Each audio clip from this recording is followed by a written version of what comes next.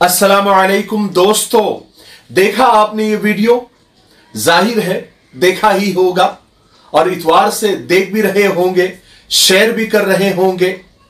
मुझे एक बात बताइए, जिनको हमने लोकसभा में भर भर के वोट दिया, जिनको अपना नेता माना और ये सोचा कि ये हमारे बुरे वक्त पर हमारे लिए खड़े होंगे, क्या किसी नेता का जो इंडिया अगाड़ी जिसको कहा जाता है, इंडिया अलायंस, इनके कुछ नेताओं ने सामने आकर इसकी निंदा की,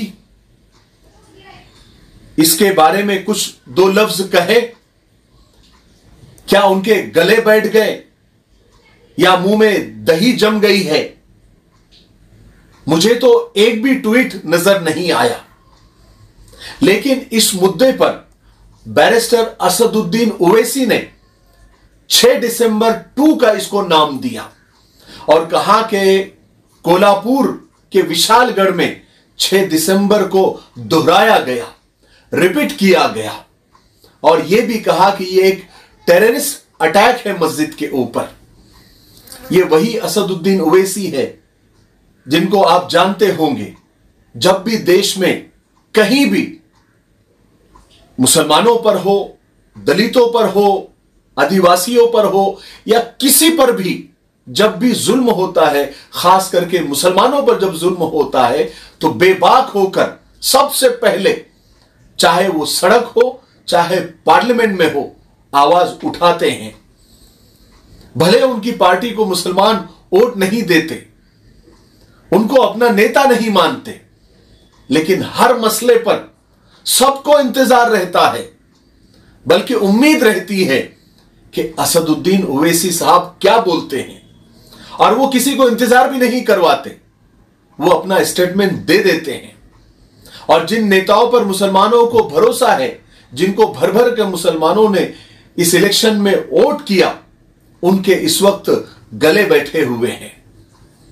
ऐसा लगता है कि इल्म और अदब के सारे खजाने गुजर गए, क्या खूब थे लोग पुराने गुजर गए, बाकी है फकत जमीन पर आदमियों की भीड़, इंसान को मरे हुए तो जमाने गुजर गए। क्या हो रहा है मुल्क में, क्या हो रहा है महाराष्ट्र में? क्या इसलिए हमारे बुजुर्गों ने इस देश को आजाद कराया था? और किस लिए हो रहा है?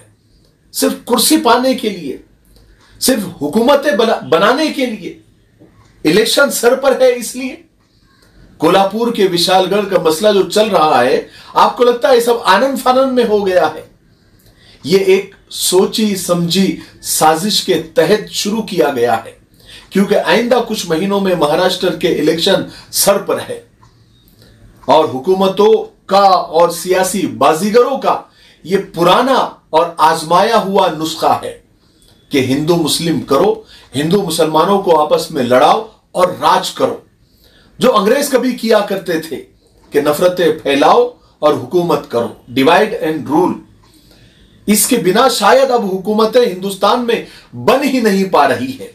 जब तक माहौल को गरमाया नहीं जाएगा, जब तक फसादात की शक्लें नहीं बनेंगी, तब तक इलेक्शन में कामयाबी कैसे मिलेगी, ये नेताओं को लगता है।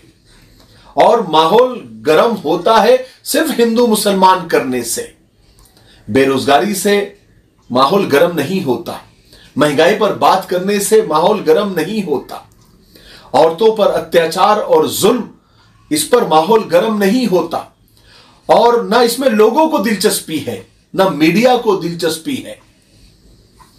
और ये सब एकदम नहीं होता दोस्तों। जो सियासत पर नजर रखते हैं वो लोग ये कहते हैं कि ये आनंद फानंद नहीं होता, ये एक सोची समझी साजिश होती है। पहले जहां पर यह तय होता है कि यहां पर ये सब करना है, इलेक्शन से पहले पहले वहां पर नफरत अंगेज तकरीरें शुरू होती है, नफरती नेताओं का ज्यादा आना जाना शुरू हो जाता है। आप देखिए कोल्हापुर के साल 6 महीने की हिस्ट्री आप निकाल कर देखिए, पहले वहां पर नफरत आमेज तकरीरें हुई और बार बार हुई, लोगों को धर्म और मजहब के नाम पर जज्बाती किया गया, फिर मुहूर्त निकाला जाता है एक्शन करने का। पहले से ही मुद्दे तय होते हैं, जगह दिन वक्त सब पहले से फिक्स होता है और इशारा मिलने पर धावा बोल दिया जाता है। फिर कुछ लोग जब ये सब कुछ हो जाता है, मस्जिदों को नुकसान हो गया और कुरान पाक को जलाया गया, मस्जिद के मीनारों को तोड़ा गया और मुसलमानों के घरों में जाकर तोड़ फोड़ की गई, वहां पर जेवरात लूटे गए वगैरह वगैरह, आग लगाई गई, गाड़ियों को नुकसान पहुंचाया गया, ये सब हो जाता है। फिर शुरू होती है सियासत, फिर शुरू होता है राजकारण, फिर मीडिया को भी बड़ा मजा आने लगता है। फिर कुछ लोग इसकी हिमायत में आकर अपनी सियासी रोटी सेकते हैं और फिर कुछ इसकी मुखालिफत में आकर अपना राजकारण चमकाते हैं। आप देख ही रहे होंगे ये सब नाटक। फिर कुछ तंजीमों को और कुछ छुटपुट संगठनों को ऐसे मौके पर चमकने का मौका मिल जाता है जिनका मकसद भी आगे चलकर सियासत ही करना होता है। सबको कुर्सी चाहिए, सब इख्तिदार के भूखे हैं, कोई मुखलिस नहीं है। ऐसा नहीं है कि शैतान मर गया, शैतान तो जिंदा है, हां इंसान मर गया। देश में सिर्फ अब यही मसला रह गया है। क्या अब हुकूमत के काम और पुलिस के काम और प्रशासन के काम अब कुछ नफरत पसंद हिंदू तंजीमों ने अपने हाथ में ले लिया है? क्या उन्हें इतनी ताकत, इतना पावर दे दिया गया है कि वो दिन दहाड़े किसी के भी घर में घुस जाए, तोड़फोड़ करे, मस्जिदों में घुस जाए, आगजनी करे, कुरान पाक की बेहुरमती करे, मस्जिद के मीनारों को शहीद करे और सब देखते रह जाए? क्या ये लोग खुद कर सकते हैं बिना सपोर्ट के? हरगिज नहीं, हरगिज नहीं।